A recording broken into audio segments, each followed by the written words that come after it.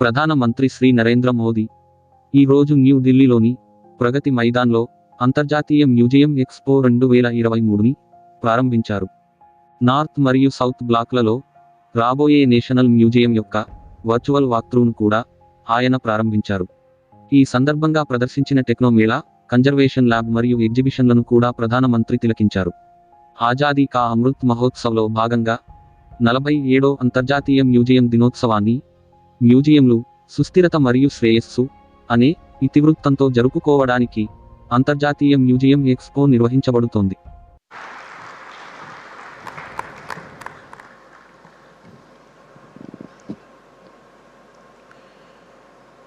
Cabinet में मेरे सहयोगी श्री जी किशन रेड्डी जी,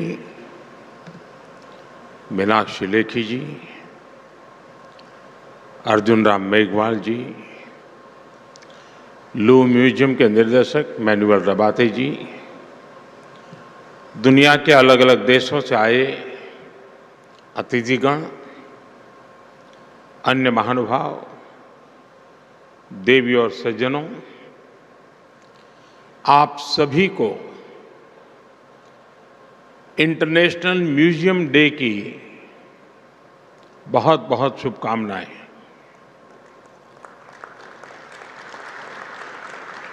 आज यहाँ म्यूजियम वर्ल्ड के दिग्गज जुटे हुए हैं। आज का ये अवसर इसलिए भी खास है क्योंकि भारत अपनी आजादी के 75 वर्ष पूरे होने के उपलक्ष्य में अमृत महोत्सव मना रहा है। इंटरनेशनल म्यूजियम एक्सपो में भी इतिहास के अलग अलग अध्याय आधुनिक तकनीक से जुड़कर जीवंत हो रहे हैं।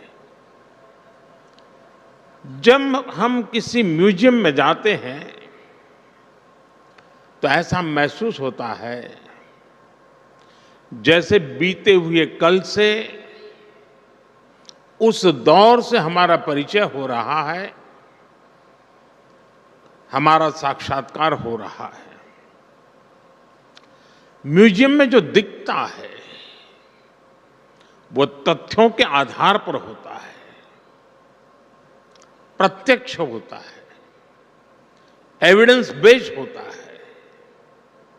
म्यूजियम में हमें एक और अतीत से प्रेरणाएं मिलती हैं तो दूसरी ओर भविष्य के प्रति अपने कर्तव्यों का बोध भी होता है। आपकी जो थीम है सस्टेनेबिलिटी एंड वेलबींग, वो आज के विश्व की प्राथमिकताओं को हाईलाइट करती हैं और इस आयोजन को और ज्यादा प्रासंगिक बनाती है। मुझे विश्वास है आपके प्रयास संग्रहालयों में युवा पीढ़ी की रुचि को और बढ़ाएंगे, उन्हें हमारी धरोहरों से परिचित कराएंगे। मैं आप सभी का इन प्रयासों के लिए अभिनंदन करता हूं। यहां आने से पहले मुझे कुछ पल म्यूजियम में बताने का अवसर मिला।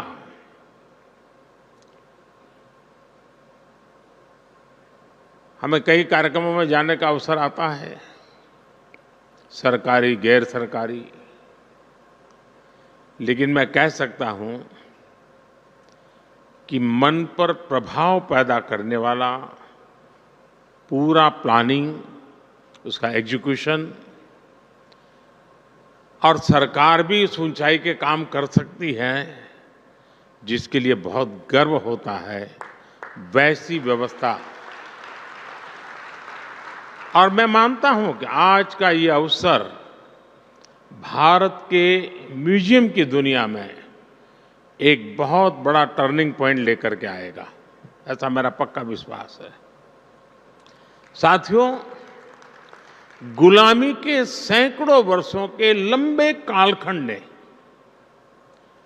भारत का एक नुकसान ये भी किया कि हमारी लिखित अलिखित बहुत सारी धरोहर नष्ट कर दी गई। कितनी ही पांडुलिपियां, कितने ही पुस्तकालय गुलामी के कालखंड में जला दिए गए, तबाह कर दिए गए। ये सिर्फ भारत का नुकसान नहीं हुआ है, ये पूरी दुनिया का, पूरी मानव जात का नुकसान हुआ है। दुर्भाग्य से आजादी के बाद अपनी धरोहरों को संरक्षित करने के जो प्रयास होने चाहिए थे, वो उतने हो नहीं पाए। लोगों में धरोहरों के प्रति जागरूकता की कमी ने इस क्षति को और ज्यादा बढ़ा दिया और इसलिए आजादी के अमृतकाल में भारत ने जिन पंच प्राणों की घोषणा की है, उनमें प्रमुख है अपनी विरासत पर गर्व। अमृत महोत्सव में हम भारत की धरोहरों को संरक्षित करने के साथ ही नया कल्चरल इंफ्रास्ट्रक्चर भी बना रहे हैं। देश के इन प्रयासों में स्वतंत्रता संग्राम का इतिहास भी है और हजारों वर्षों की सांस्कृतिक विरासत भी है। मुझे बताया गया है कि आपने इस आयोजन में लोकल और रूरल म्यूजियम पर विशेष महत्व दिया है। भारत सरकार भी लोकल और रूरल म्यूजियम को संरक्षित करने के लिए एक विशेष अभियान चला रही है। हमारे हर राज्य, हर क्षेत्र और हर समाज के इतिहास को संरक्षित करने के प्रयास किए जा रहे हैं। हम स्वाधीनता संग्राम में अपनी ट्राइबल कम्युनिटी के योगदान को अमर बनाने के लिए 10 विशेष म्यूजियम्स भी बना रहे हैं। मैं समझता हूं कि पूरे विश्व में एक ऐसी अनूठी पहल है जिसमें ट्राइबल डायवर्सिटी की इतनी व्यापक झलक दिखने वाली है। नमक सत्याग्रह के दौरान महात्मा गांधी जिस पथ पर चले थे, उस दांडी पथ को भी संरक्षित किया गया है। जिस स्थान पर गांधी जी ने नमक कानून तोड़ा था, वहां आज एक भव्य मेमोरियल बना हुआ है। आज देश और दुनिया से लोग दांडी कुटीर देखने गांधीनगर आते हैं। हमारे संविधान के मुख्य शिल्पी बाबा साहब आम्बेडकर का जहां महापरिनिर्वाण हुआ, वो स्थान दशकों से बदहाल था। हमारी सरकार ने इस स्थान को दिल्ली में 5 अलीपुर रोड को नेशनल मेमोरियल में परिवर्तित किया है। बाबा साहब के जीवन से जुड़े पंचतीर्थ, महू में जहां उनका जन्म हुआ, लंदन में जहां वो रहे, नागपुर में जहां उन्होंने दीक्षा ली, मुंबई की चैत्य भूमि जहां उनकी समाधि है, ऐसे स्थानों का भी विकास किया जा रहा है। भारत की 580 से ज्यादा रियासतों को जोड़ने वाले सरदार साहब की गगनचुंबी प्रतिमा स्टैच्यू ऑफ यूनिटी आज देश का गौरव बनी हुई है। स्टैच्यू ऑफ यूनिटी के भीतर भी एक म्यूजियम बना हुआ है। चाहे पंजाब में जलियांवाला बाग हो, गुजरात में गोविंद गुरु जी का स्मारक हो, यूपी के वाराणसी में मान महल म्यूजियम हो, गोवा में म्यूजियम ऑफ क्रिश्चियन आर्ट हो, ऐसे अनेक स्थानों को संरक्षित किया गया है। म्यूजियम से जुड़ा एक और अनूठा प्रयास भारत में हुआ है। हमने राजधानी दिल्ली में देश के सभी पूर्व प्रधानमंत्रियों की यात्रा और योगदान को समर्पित पीएम म्यूजियम बनाया है। आज पूरे देश से लोग आकर पीएम म्यूजियम में आजादी के बाद की भारत की विकास यात्रा के साक्षी बन रहे हैं। मैं यहां आए अपने अतिथियों से विशेष आग्रह करूंगा कि एक बार इस म्यूजियम को भी अवश्य देखें। साथियों, जब कोई देश अपनी विरासत को सहेजना शुरू कर देता है तो उसका एक और पक्ष उभर कर सामने आता है। ये पक्ष है दूसरे देशों के साथ संबंधों में आत्मीयता। जैसे कि भगवान बुद्ध के महापरिनिर्वाण के बाद भारत ने उनके पवित्र अवशेषों को पीढ़ी दर पीढ़ी संरक्षित किया है और आज वो पवित्र अवशेष भारत ही नहीं, दुनिया के करोड़ों बौद्ध अनुयायियों को एक साथ जोड़ रहे हैं। अभी पिछले वर्ष ही हमने बुद्ध पूर्णिमा के अवसर पर 4 पवित्र अवशेषों को मंगोलिया भेजा था। वो अवसर पूरे मंगोलिया के लिए आस्था का एक महापर्व बन गया था। बुद्ध के जो रेलिक्स हमारे पड़ोसी देश श्रीलंका में है, बुद्ध पूर्णिमा के अवसर पर उन्हें भी यहां कुशीनगर लाया गया था। ऐसे ही गोवा में सेंट क्वीन केटेवान के पवित्र अवशेषों की धरोहर भी भारत के पास संरक्षित है। मुझे याद है जब हमने सेंट क्वीन केटेवान के रेलिक्स को जॉर्जिया भेजा था तो वहां कैसे राष्ट्रीय पर्व का माहौल बन गया था। उस दिन जॉर्जिया ने अनेकों नागरिकों वहां के सड़कों पर एक बड़ा मेले जैसा माहौल हो गया था, उमड़ पड़े थे। यानी हमारी विरासत वैश्विक एकता, वर्ल्ड यूनिटी का भी सूत्रधार बनती है और इसलिए इस विरासत को संजाने वाले हमारे म्यूजियम्स की भूमिका भी और ज्यादा बढ़ जाती है। साथियों, जैसे हम परिवार में साधनों को आने वाले कल के लिए जोड़ते हैं, वैसे ही हमें पूरी पृथ्वी को एक परिवार मानकर अपने संसाधनों को बचाना है। मेरा सुझाव है कि हमारे म्यूजियम्स इन वैश्विक प्रयासों में एक्टिव पार्टिसिपेंट्स बने। हमारी धरती ने बीती सदियों में कई प्राकृतिक आपदाएं झेली है। इनकी स्मृतियां और निशानियां आज भी मौजूद है। हमें ज्यादा से ज्यादा म्यूजियम इन निशानियों की, इनसे जुड़ी तस्वीरों की गैलरी की दिशा में सोचना चाहिए। हम अलग अलग समय में धरती की बदलती तस्वीर का चित्रण भी कर सकते हैं। इससे आने वाले समय में लोगों में पर्यावरण के प्रति जागरूकता बढ़ेगी। मुझे बताया गया है कि इस एक्सपो में गैस्ट्रोनोमिक एक्सपीरियंस के लिए भी स्पेस बनाया गया है। यहां आयुर्वेद और मिलेट्स, श्री अन्न पर आधारित व्यंजनों का अनुभव भी लोगों को मिलेगा। भारत के प्रयासों से आयुर्वेद और मिलेट्स, श्री अन्न दोनों ही इन दिनों एक ग्लोबल मूवमेंट बन चुके हैं। हम श्री अन्न और अलग अलग वनस्पतियों के हजारों वर्ष की यात्रा के आधार पर भी नए म्यूजियम बना सकते हैं।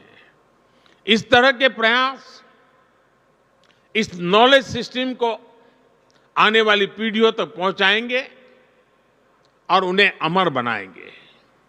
साथियों, इन सभी प्रयासों में हमें सफलता तभी मिलेगी जब हम ऐतिहासिक वस्तुओं के संरक्षण को देश का स्वभाव बनाएं। अब सवाल ये कि अपनी धरोहरों का संरक्षण देश के सामान्य नागरिक को स्वभाव बनेगा कैसे? मैं एक छोटा सा उदाहरण देता हूं। क्यों न भारत में हर परिवार अपने घर में अपना एक पारिवारिक संग्रहालय बनाए, घर के ही लोगों के विषय में, अपने ही परिवार की जानकारियां। इसमें घर के बुजुर्गों की पुरानी और कुछ खास चीजें रखी जा सकती हैं। आज आप जो एक पेपर लिखते हैं वो आपको सामान्य लगता है, लेकिन आपकी लेखनी में वही कागज का टुकड़ा 3-4 पीढ़ी के बाद एक इमोशनल प्रॉपर्टी बन जाएगा। ऐसे ही हमारे स्कूलों को भी, हमारे भिन्न भिन्न संस्थानों और संगठनों को भी अपने अपने म्यूजियम जरूर बनाने चाहिए। देखिएगा, इससे कितनी बड़ी और ऐतिहासिक पूंजी भविष्य के लिए तैयार होगी। जो देश के विभिन्न शहर हैं, वो भी अपने यहां सिटी म्यूजियम जैसे प्रकल्पों को आधुनिक स्वरूप में तैयार कर सकते हैं। इसमें उन शहरों से जुड़ी ऐतिहासिक वस्तुएं रख सकते हैं। विभिन्न पंथों में जो रिकॉर्ड रखने की पुरानी परंपरा हम देखते हैं, वो भी हमें इस दिशा में काफी मदद करेगी। साथियों, मुझे खुशी है कि म्यूजियम आज युवाओं के लिए सिर्फ एक विजिटिंग प्लेस ही नहीं, बल्कि एक कैरियर ऑप्शन भी बन रहे हैं। लेकिन मैं चाहूंगा कि हम अपने युवाओं को केवल म्यूजियम वर्कर्स की दृष्टि से ना देखें। हिस्ट्री और आर्किटेक्चर जैसे विषयों से जुड़े ये युवा ग्लोबल कल्चरल एक्शन के मीडियम बन सकते हैं। ये युवा दूसरे देशों में जा सकते हैं, वहां के युवाओं से दुनिया के अलग कल्चर के बारे में सीख सकते हैं, भारत के कल्चर के बारे में उन्हें बता सकते हैं। इनका अनुभव और अतीत से जुड़ाव अपने देश की विरासत के संरक्षण के लिए बहुत ही प्रभावी सिद्ध होगा। साथियों, आज जब हम साझी विरासत की बात कर रहे हैं, तो मैं एक साझी चुनौती का भी जिक्र करना चाहता हूं। ये चुनौती है कलाकृतियों की तस्करी और एप्रोप्रिएशन। भारत जैसे प्राचीन संस्कृति वाले देश सैकड़ों वर्ष से इसे जूझ रहे हैं। आजादी के पहले और आजादी के बाद भी हमारे देश से अनेकों कलाकृतियां अनएथिकल तरीके से बाहर ले जाई गई। हमें इस तरह के अपराध को रोकने के लिए मिलकर काम करना होगा। मुझे खुशी है कि आज दुनिया भर में भारत की बढ़ती साख के बीच अब विभिन्न देश भारत को उसकी धरोहर लौटाने लगे हैं। बनारस से चोरी हुई मां अन्नपूर्णा की मूर्ति हो, गुजरात से चोरी हुई महिषासुर मर्दिनी की प्रतिमा हो, चोल साम्राज्य के दौरान निर्मित नटराज की प्रतिमाएं हो, गुरु गोविंद सिंह जी के नाम से सुशोभित तलवार हो, पिछले 9 साल में ही करीब 240 प्राचीन कलाकृतियों को भारत वापस लाया गया है। जबकि उसके पहले कई दशकों तक ये संख्या 20 भी नहीं पहुंची थी। इन 9 वर्षों में भारत से सांस्कृतिक कलाकृतियों की तस्करी भी काफी कम हुई है। मेरा दुनिया भर के कला पारखियों से आग्रह है, विशेषकर म्यूजियम से जुड़े लोगों से अपील है कि इस क्षेत्र में सहयोग को और बढ़ाएं। किसी भी देश के किसी भी म्यूजियम में कोई ऐसी कलाकृति नहीं हो जो अनएथिकल तरीके से वहां पहुंची हो। हमें सभी म्यूजियम्स के लिए इसे एक मोरल कमिटमेंट बनाना चाहिए। साथियों, मुझे विश्वास है हम अतीत से जुड़े रहकर भविष्य के लिए नए आइडियाज पर इसी तरह काम करते रहेंगे। हम विरासत को सहेजेंगे भी और नई विरासत का निर्माण भी करेंगे। इसी कामना के साथ आप सभी का हृदय से बहुत बहुत धन्यवाद।